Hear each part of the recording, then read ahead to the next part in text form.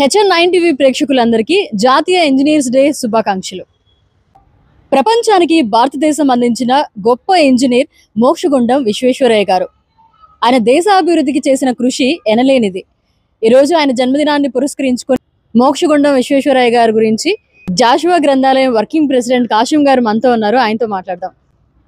Sir, Mokshagundam Visvesvaraya గారి గురించి. అవునండి, ఈ మోక్షగుండం విశ్వేశ్వరయ్య ప్రముఖ ఇంజనీరు. ఆయన పుట్టినరోజు సందర్భంగా హెచ్ఎన్9 ఛానల్ వారికి అందరికి కూడా శుభాకాంక్షలు. ఈ సందర్భంగా మనం ఆయన్ని తలుచుకోవటం చాలా సంతోషంగా ఉంది. ఎందుకంటే అప్పటి వరకు భారతదేశంలో ఇంజనీర్లు అనేవాళ్ళే లేరు. మొట్టమొదట ఇంజనీరు ఎవరయ్యా అంటే మోక్షగుండం విశ్వేశ్వరయ్య అని ఇప్పటికీ మనం చెప్పుకుంటాము. ఆయన 1861 సంవత్సరంలో సెప్టెంబర్ 15వ తారీఖు, ఈరోజు సెప్టెంబర్ 15 కదా, ఇదే రోజు ఒక అద్భుతమైన ఆకాశం నుండి ఒక తళుక్కుమైన తారలాగా వాళ్ళ తల్లి నుంచి ఒక ప్రముఖమైన ఇంజనీరు పుడతాడని అప్పుడు అనుకోలేదు. అందరి పిల్లల్లాగే ఆయన తల్లి గర్భం నుండి కెవ్వమని కేకేసి పుట్టాడు.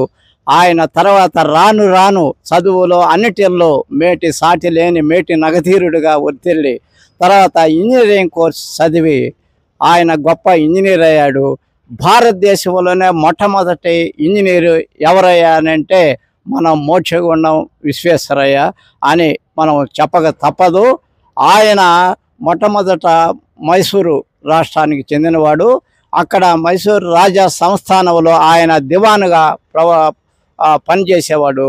దివాన్ అంటే ఆయన ఒక రాజనీతిజ్ఞుడు, అటు ప్రజలకు ఇటు రాజుకి అనుసంధానకర్తగా ఉండి చాలా మంచి పేరు ప్రఖ్యాతులు తెచ్చుకున్నాడు.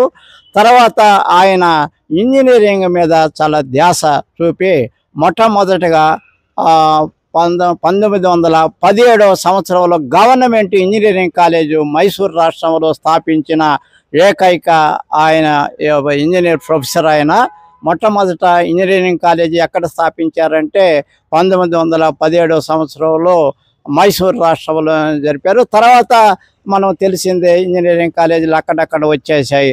తర్వాత కాలంలో చంద్రబాబు కాలంలో ఎక్కువగా ఇంజనీర్లు అన్నీ కూడా